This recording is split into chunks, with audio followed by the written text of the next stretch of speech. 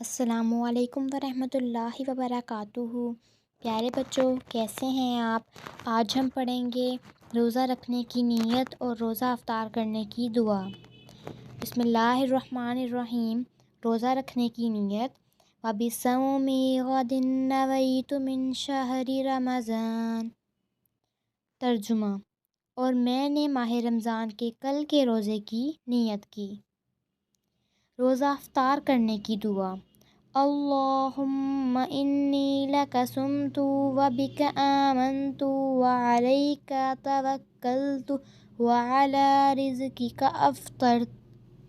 ترجمہ: اے اللہ، میں نے تیری خاطر روزہ رکھا اور تیرے اوپر ایمان لایا اور تجھ پر بھروسہ کیا اور تیرے رزق سے اسے کھول رہا ہوں۔